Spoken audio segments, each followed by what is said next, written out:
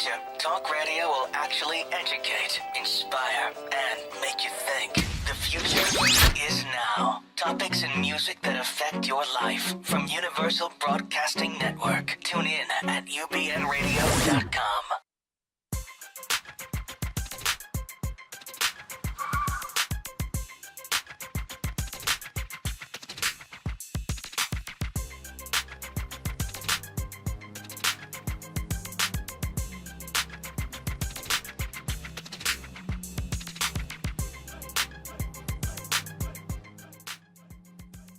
It's time for the Bonnie Sher Show, a whirlwind of wit, wisdom, celebrity, and the boomer life.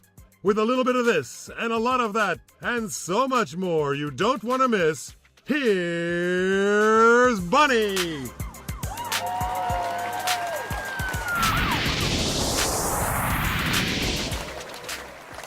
Well, hello, and thank you all for joining us, friends new and old.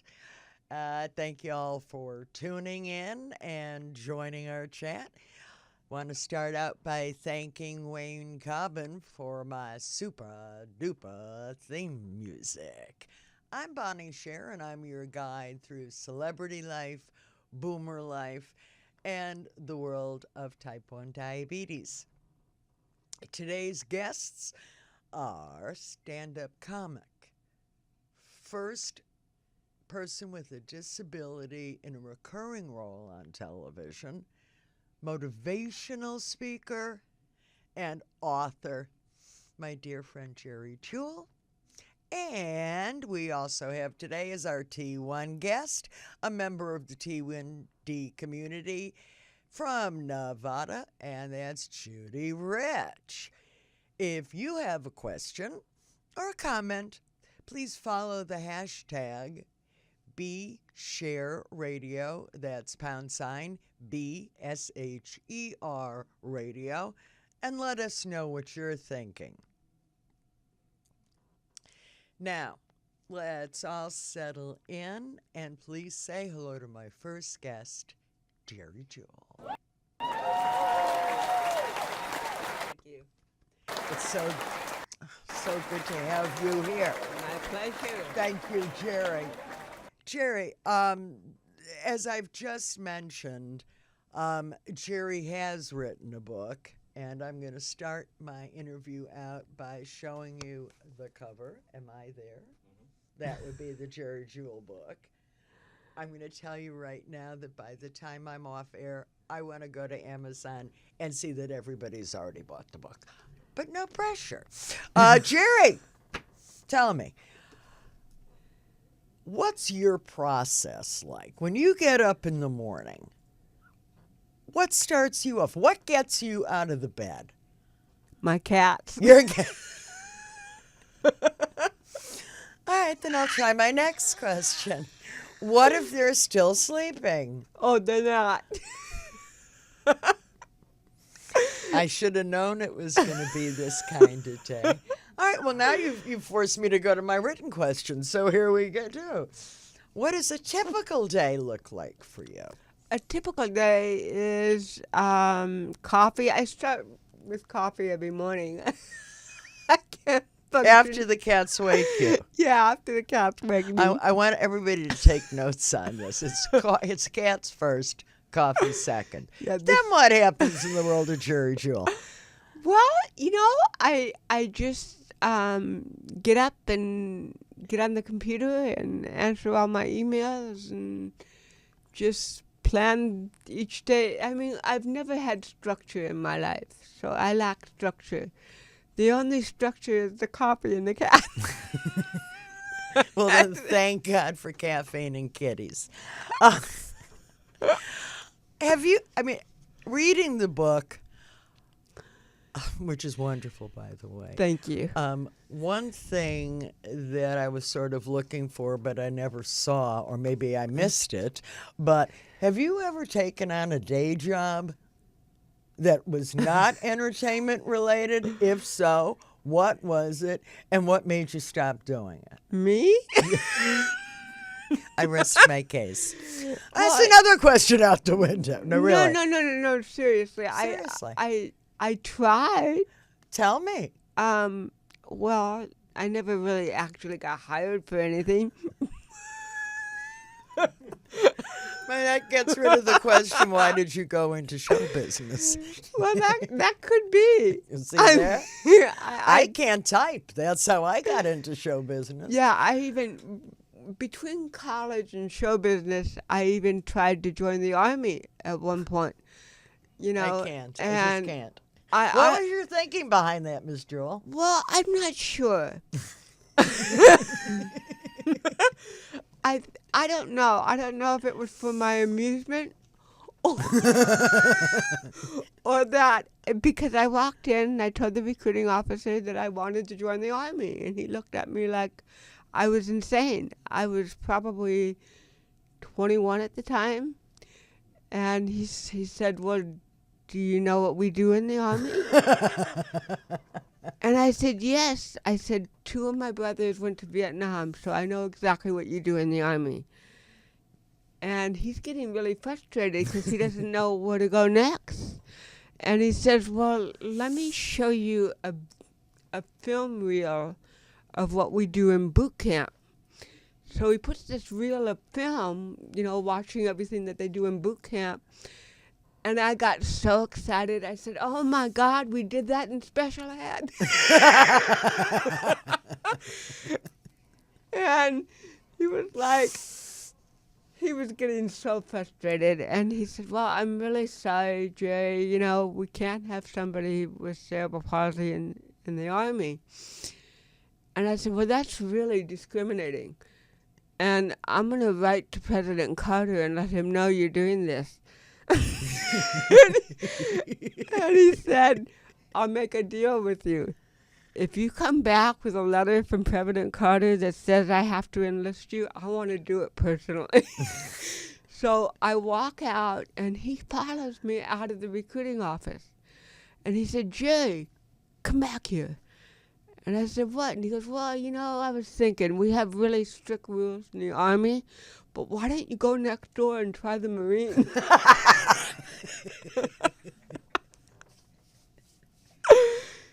Could you imagine Private Jerry?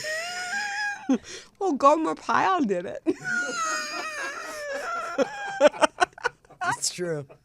And there's nothing I can say to that.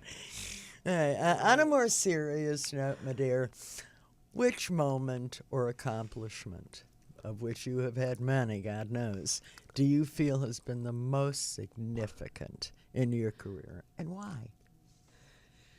God, there's so many things that come into my mind. I guess the first thing that went to my forehead is Facts of Life, obviously, because that changed my life 180 degrees. Being the first person with a visible disability on a primetime series was a huge accomplishment, which I was not even aware of how huge it was at the time. I had no idea. I was a little kid. Come on, I just tried to join the Army.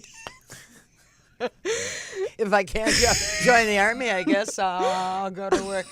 How did you get that role?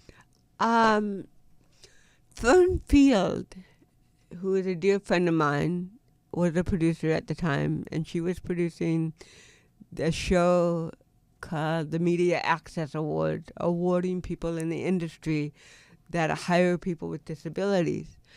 And someone told her that there was this new comic around, and she has cerebral palsy, and you really got to see her. And Fern's attitude was, "Oh, God, I really don't want to." And Do I have they said, to? no, she's really different. So she came to see me perform, and surprisingly, she was like, "Wow." And so she had me perform for the second annual Media Access Awards, and that night, Norman Lear and Charlotte Ray were both in the audience. And after the award show was over, I was in the elevator, and Norman Lear stepped in. And he said, "You know, kid, you're really funny." And I said, "Thank you." He said, "But you're way before your time." And I said, so wait a couple weeks. And clearly he did. Norman Lear comes up a lot in your book, and given the fact that we are friends and I am privy to some other information, how does it feel to have an angel on your shoulder like Mr. Lear? He is so loyal. It's amazing. I mean, you don't hear this a lot in the Hollywood storybooks. No, and Norman is one of a kind. Norman brings tears to my eyes just to think of him, because he's always been there for me, always been in my corner, always supportive of me. And he's just an amazing, amazing man. In fact, I just wrote a cover story on him for Ability magazine, and he granted me the interview at his home. Fabulous. So, And when does that print? it was we made it a two-parter. Part 1 came out last month, and part 2 will be out in December. Ability Make sure magazine. you check out Ability magazine. Well, you tell some other wonderful stories. One that caught my attention because you put together 3 words that caught me right away. The first word was stalking, the second word was Carol, and the third word, Burnett. Yes. Now, Jerry, what up with that? You became a stalker? What? Only- In hindsight. Only in hindsight. Again, I was a little kid. I had started doing stand-up comedy in 1978 at the Comedy Store. And shortly after, in 79, I met someone named C.W. Metcalf. And I actually lived with him and his wife for a little bit, you know. And he told me that I was going to be a big star and I was going to accomplish big things with my life. And you can do anything you want. Who do you want to work with? And I said, Carol Burnett. And he said, so what's stopping you? I said, well, you know, I've been writing her since I was about 13, and I have letters from her. But why don't you pick up the phone and call her? I said, I'm not going to call Carol Burnett. Besides, I don't have her number. And he said, well, I have her address. Why don't you go pay her a visit? And I thought, you have her address? And she said, yeah. And I said, wow. So it took every ounce of guts for me to drive to her house. And I sat on that street for 4 hours. I got out of my car probably 10 times and started up her driveway, went back in the car. I can't do this. And finally, I had the guts to ring the little box, whatever it was, and some voice answered, and I'm hearing impaired. I didn't know what they said. I just said, I'm looking for Carol Burnett. Well, I guess she's not here right now. And so I said, oh, that's cool. I was actually relieved. I was like, oh, thank God. and I got in my car and drove off, and I told CW that she wasn't home. And I never wanted to go back. But Carol has always been supportive of me also, as well. Yeah, I can see that. What, in terms of your stand-up, or even your motivational speaking, what's the craziest moment you've ever had on stage? Oh, the craziest moment on stage. I've had so many crazy moments on stage. Well, then we can stay here longer. I don't care. I'm not going anywhere.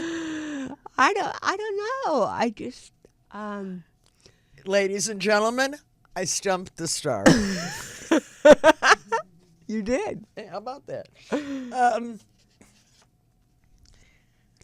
Well, It could have been the very first time I ever performed at the Comedy Store. tell me about that. I think What did that was kind feel of like? crazy.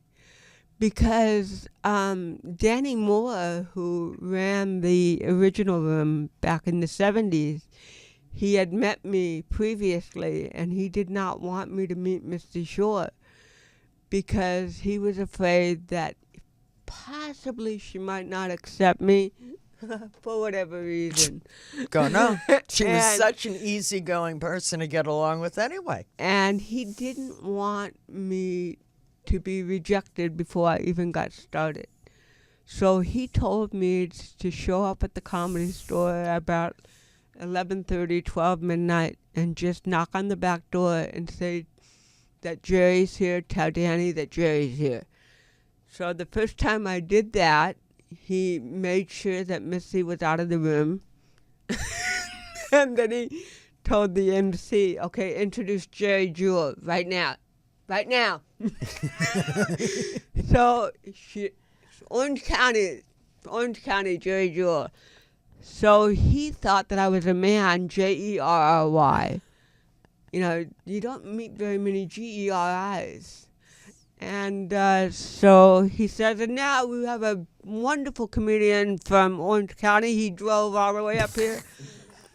Oops. Let's give a big hand for Jerry Jewell. And I walked on stage, and you could hear a pin drop. I mean, I'm hearing impaired, and I heard whispers like, oh, my God, it's a man. And if it is a man, he really screwed up. I mean, look at the movements. And I was so nervous that I didn't even correct him that I was a female. I continued my act as a man. And I ended up getting a standing ovation that night. And I think it was surreal. It was like, I think I got the standing ovation just for the fact that I had the guts to keep going. I would have given this down. Well, these are problems that I've never faced. Back to the book, Jerry, and back to my audience.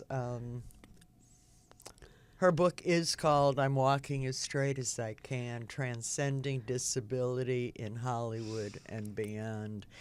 It is a heartfelt, excellent look into the way the industry operates, what determination in this industry is valued and sometimes is so desperately overlooked that it makes me want to cry.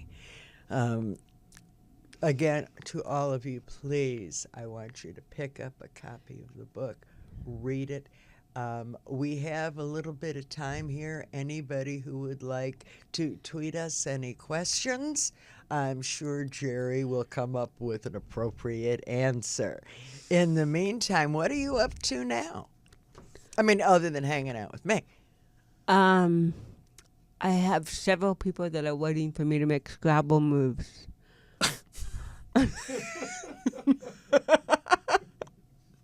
Has anybody gotten the theme yet that a lot of my guests and I play Words with Friends? That's how I lure them in. I let them beat me. And today I have to have a truth teller. Thank you. Thank No, you. you are a good player. You're one of the better ones. That's scary. How about Andy? He's pretty great. Who? Andy H. Didn't play me. does so. No. Andy Hammerstein doesn't play with you. No. Andy better get on And it. Billy Stritch stopped playing me. You think it had anything to do with the fact that I referred to him as Billy Crystal? Did you really? Oh, my. Well, it could have No, been. he dumped me long. Well, he better pick you up again, you know. But No, really, he are was you? a good player too. Oh, he is, and he's Yeah. getting better. I always wonder if people are, what do you have, like a little answer phone there behind you? Because you sure do get smart fast. But no, I know him to be a man of high integrity, not to mention a phenomenal piano player. Jerry, what are you Yes. doing now? What am I doing now? Gosh, I'm negotiating possibly to get this book into a film. And I can't say too much about it right now. Oh, can I just ask one little question? If you are not going to play you, who do you see playing you? You. Oh, there you go. Mr. Lear, I liked your artwork collection. I did a lot. And you want to do the Bonnie Sher story? Well, my dear friend, whatever we do, I just hope we continue to do things together. Jerry, thank you so very much for coming in and Oh, being my my pleasure. guest You know I today. love you dearly. And you know I love you back. Ladies and gentlemen, you can follow Jerry at, www.jerryjewell.com. and now we all know that it's spelled like a man, so it's GeriJewe, 2 L's. Double L. Double L, 2 L. Yeah. Yeah. Jerry Jewell, I love you. Thank you for being here. Love you too. Thank you. Mwah.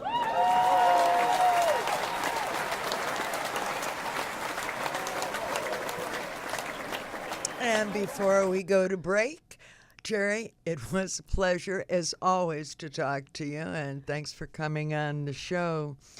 You are listening to The Bonnie Sher Show. Join the conversation. You can follow the hashtag BSherRadio. That's # BSHER Radio on Twitter. Coming up, Inside My Blue World, plus a shout out from the soapbox. That's my take on who gets it right, and my shout down, who should be ashamed. So let's go to break with one of my favorite tunes. It sums up just about how I'm feeling today. And this is Goldie Hawn, Nobody Does It Like Me. Take it away. Ladies and gentlemen, Miss Goldie Hawn. O sucesso da semana na TV dos Estados Unidos. A Vedete Trapalhona, uma gozação aos velhos musicais de Hollywood. E a Vedete é Goldie Hawn.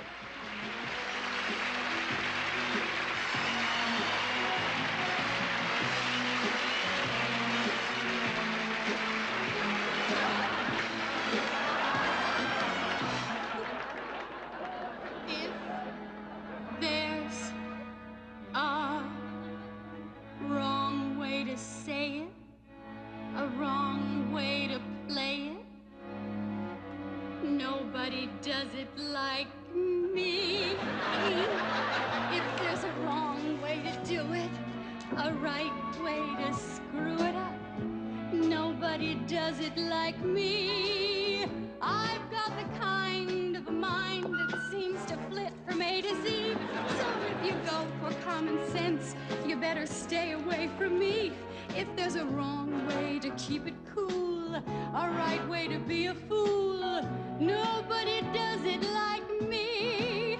If there's a wrong bell, I ring it, a wrong note, I sing it, nobody does it like me. If there's a problem, I duck it, I don't solve it, just muck it up, nobody does it like me. I got me 2 left feet when one is north, the other south. It's hard to put your best foot forward when that foot is in your mouth. If there's a wrong way to know it all, a wrong time to blow it all, nobody does it like me.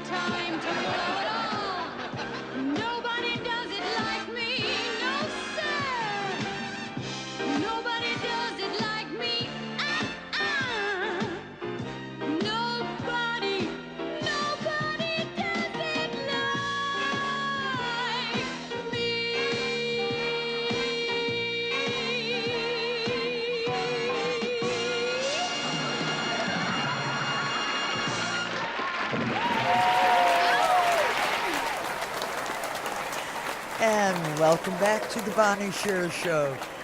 Joining me in this segment is a member of the T1D community, and this is Judy Reich from the great state of Nevada. Welcome, Judy. Thank you, Bonnie. How are you? I'm great. Judy, tell me, you're living with type 1 diabetes. Do me a favor and share your story for our audience, please. I was diagnosed after my second grade, the summer right afterwards. In fact, I had been sick at the end of my second grade. My parents had taken me to the pediatrician. He said I just had the flu, and I wasn't getting better. So when my mom took with her a Reader's Digest way back in 1967 that actually listed the signs and symptoms of type 1 diabetes, or then it was called juvenile diabetes. And so the doctor said, that is exactly what she has. And I was put in the hospital right then and there. And it seems like a long time ago. I guess it's because that was over 48 years ago now. And tell us a little bit about what your path with T1D has been, how you treat, for instance, are you using a pump? Are you using the Dexcom or any of the CGMs? What's a day like being Judy's diabetes? I am on the pump, and between my diagnosis and now, Bonnie, as you probably know, and as many other T1Ds know as well, there have been so many regimens and processes and diets and recommendations. And anyway, now I am on a pump. It's an infusion site. I wear it in my stomach, and there's tubing with the insulin, and you can pre-program certain elements and components. You asked what the day is like. I had read somewhere that a person with type 1 thinks about their diabetes on average 110 times a day. That's a lot when you think about it, and that's in addition to everything else we do in our lives. Absolutely. I've always maintained that having diabetes is a full-time job. You're absolutely right. It's a full-time job. Not only a full-time job, but no holidays, no vacations, nope. Nothing like that. There is no break whatsoever. No, not at all. And I think, I don't know about you, as pleased as I am with the concept of diabetes awareness, it seems to me, at least by looking at Facebook, that the only people that are really aware are the ones that already have diabetes. I don't see that much interaction between non-diabetics saying, "Oh, you're kidding. Well, gee, if I would have known that, I would have." So I'm growing very tired of this push. I mean, I don't know. I see a lot of things for children, and activity for them. But, my scope is more people in our age group who are long-term diabetics. And I think we need love and attention, too. This very day, I had somebody say to me when they heard I was diabetic, "But Bonnie, you're so thin." Right. And your point is, you think I'm lying to you? I don't really have diabetes if everything is blue this month and I can still be asked these questions, I'm wondering who this was really for. You know what I'm saying? I wish I could say that I think I've seen so much activity on this. Unfortunately, I've seen a lot of arguing about whose research project is better than the other ones. And Judy, I don't know about you, but I have no dog in this fight. Anybody who gets it, I'll drop to my knees for them. But what do you think about everything that you're reading now? Well, first off, in my mind, and what I believe about people who have diabetes, no matter what the number before, after, or in between is, no matter what letters are in front of or behind it, everyone with diabetes has a pancreas, the organ that does not work properly. Either insulin isn't produced, as within type 1s who require daily doses of insulin. But if it's, say, a person of type 2, it means the pancreas isn't working properly to shuttle the insulin throughout the body. And diabetes has been known of for, I think it's over 3,000 years. And the fact that we still don't have a cure, I think lends itself to how very complicated it is, not only to live with it and to try and maintain a healthy lifestyle with as few complications as possible. It's almost no wonder there isn't a cure yet. But I am with you. I am for finding a cure for all types of diabetes. And I'm hoping that no matter when this cure comes, that it also will lend itself to other diseases, such as what Geri was sharing with earlier in regard to what she lives with. And it just goes to show we all live with something every day, don't we? Yes, we do. Okay, Judy, let's do this. Let's go inside my blue world for a couple of headlines that are making diabetes news, because I'd like to get your thoughts. So join my listeners and me, and let's take a listen to this, please. Hello, and welcome to the My T1 Group podcast, Inside My Blue World. I'm your host and Type 1 Diabetes Crusader, Bonnie Sher. This is my weekly share, headlines from around the globe and across the net. Some will pique your interest, inspire, or frankly tick you off, but all are topics for discussion with our diabetes care team and the Team 1D community. You can find the links on my blog at bonnieshare.com. This week, smart tech, implants, and myths. My first headline share, grab diabetes by the horns with smart tech, is from the Huffington Post. The article reviews how to use new technological tools to manage chronic disease.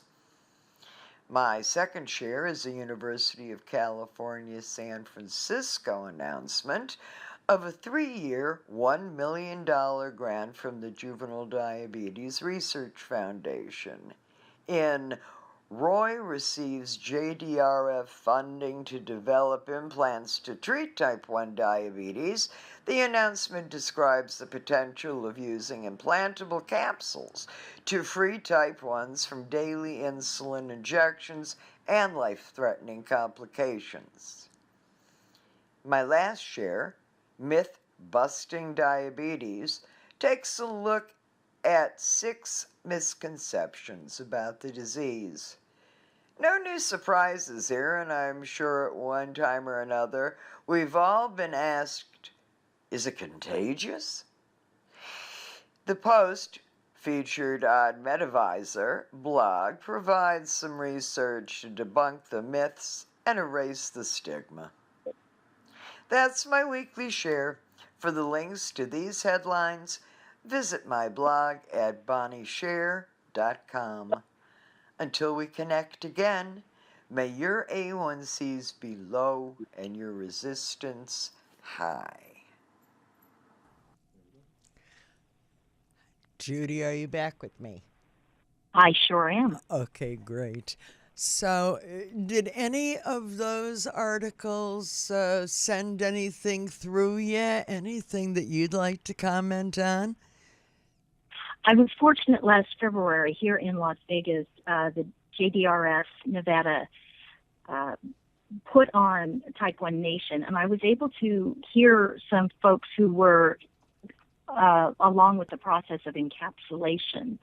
It's wonderful to hear about this. It's just can't wait until such time as it's something that's green-lighted and is safe, and that's something that we can try. There are so many entities and organizations that are trying to move forward toward finding better care for people with type 1 and ultimately the cure. Well, I think the reason that I'm so interested in it is, as you and I have previously discussed, I don't see that there's cure anywhere in the world for anything. We have prevention. I have not seen anything be cured, and those who rant about, well, the big pharma doesn't want to do this because we are a ridiculous, what are we, a $12 billion a year business, we diabetics. However, that is not the answer in other countries such as India, Canada, and Israel, and Russia. That is not it's not a financial base to it. I think that certain things maybe just can't be done. But if I will say this, if they can find that little key that's going to open this little box, I think that we are going to see the fall of many diseases, diabetes, Parkinson's, and cancer as well. But as far as I'm concerned, until that day comes, okay, I need to fight and pray that they can do better for us while we're living for the disease. I mean, certainly, if God forbid it was my grandchild who developed the disease, then yes, I want to hear about all of this. But selfishly, and for myself, I need to pay attention to today. I cannot afford to live in tomorrow. What do you think? Does that make me a bad diabetic? Oh, I don't think there is such a thing as a bad diabetic, Bonnie. Wait, you'll hear about it on Facebook later. All right, God, I'm sorry. It's such a difficult condition to maintain, and I know a lot of people use the term control, and this is just me. There is no way I can control a malfunctioning organ that would internally be coordinating and communicating itself with the brain and every other bodily system. So I manage it the very best I can, and that's all I can do is manage it the best I can, have the best attitude I possibly can with it as well. Oh, well, you're just too cheerful. What's I'm that, not nearly that cheerful. Oh, well. Thank goodness for you. I am always either. In fact, I'm not. And my poor husband and my cat have heard more than one cuss word, but they're my type 3s that help me live with it day in and day out too.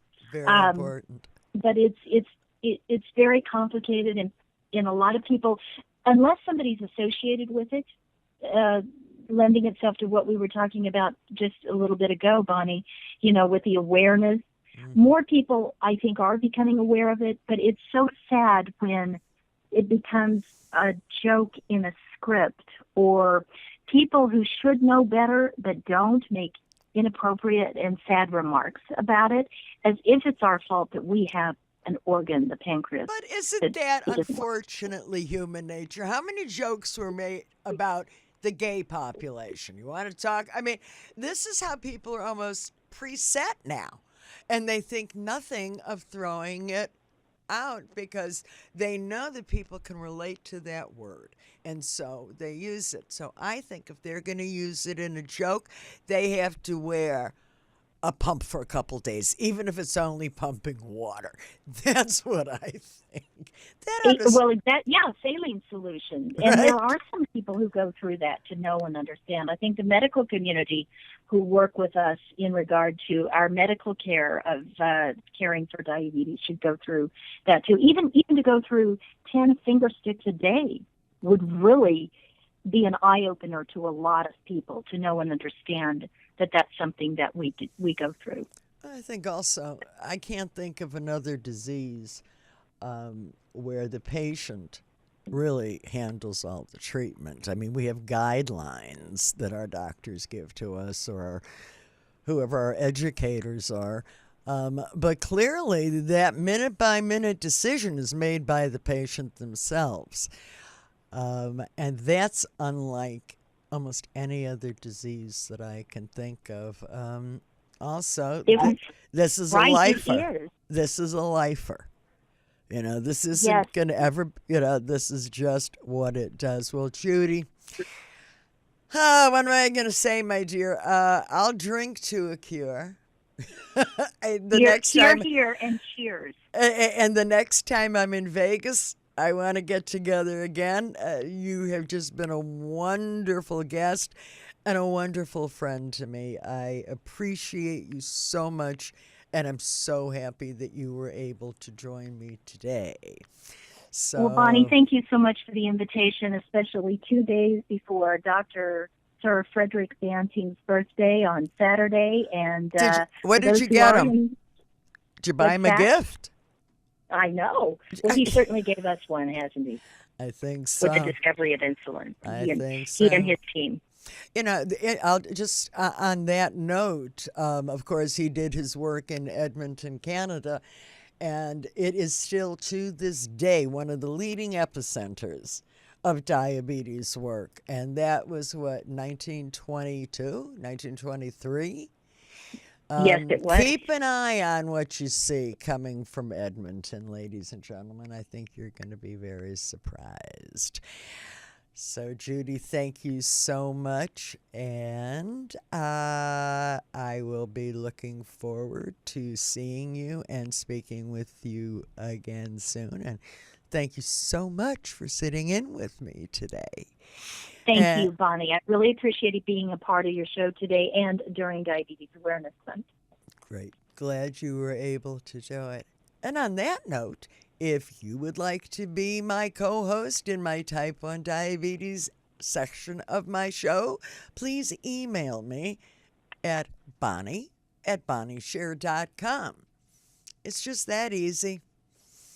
I hate to end this segment, but it's time for my soapbox. First, I'd like to give a shout out to pharmaceutical company, yeah, I said that, Sanofi Aventis, for creating what they call a patient assistance program. If you meet the eligibility requirements, you may be able to get your medication for free for up to a year. One of the things they manufacture is Lantus. You can find out more by going to RxHope. That's RxHope.com.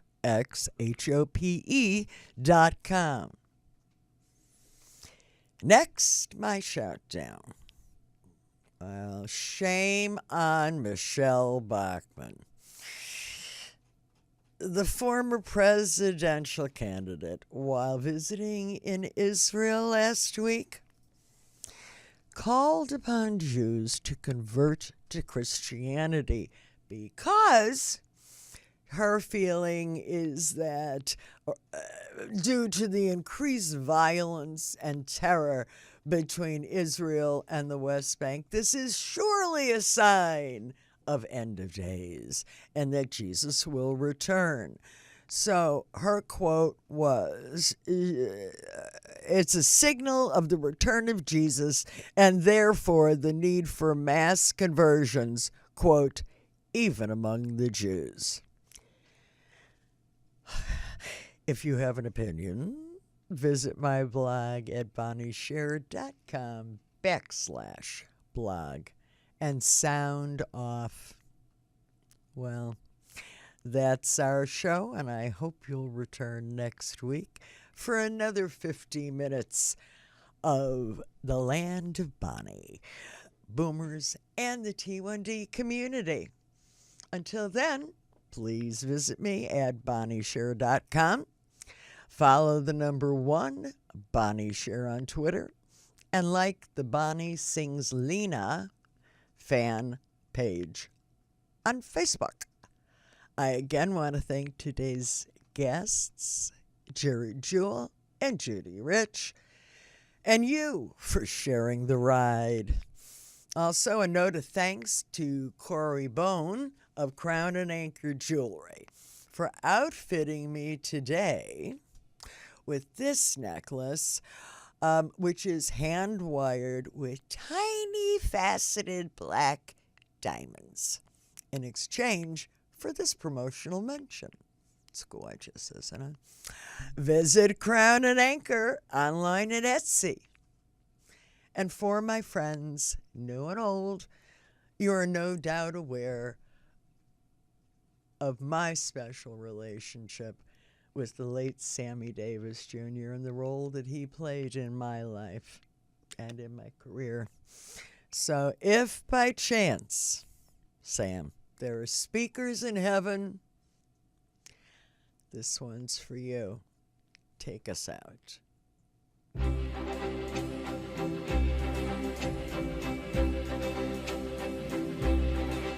Whether I'm right or whether I'm wrong, whether I find a place in this world or never belong, I gotta be me. I gotta be me. What else can I be but what I am? I want to live,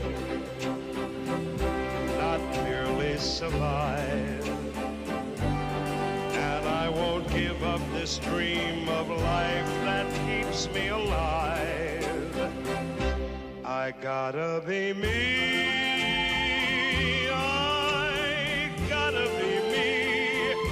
The dream that I see makes me what I am. That faraway prize, a world of success, is waiting for me if I heed the call. I won't settle down, won't settle for less, as long as there's a chance that I can have it all. I'll go it alone, that's how it must be. I can't be right for somebody else if I'm not right for me. I gotta be free. I've gotta be free. Daring to try to do it or die. I've gotta be me. I'll go it alone. That's how it must be. I can't be right for somebody else if I'm not right for me.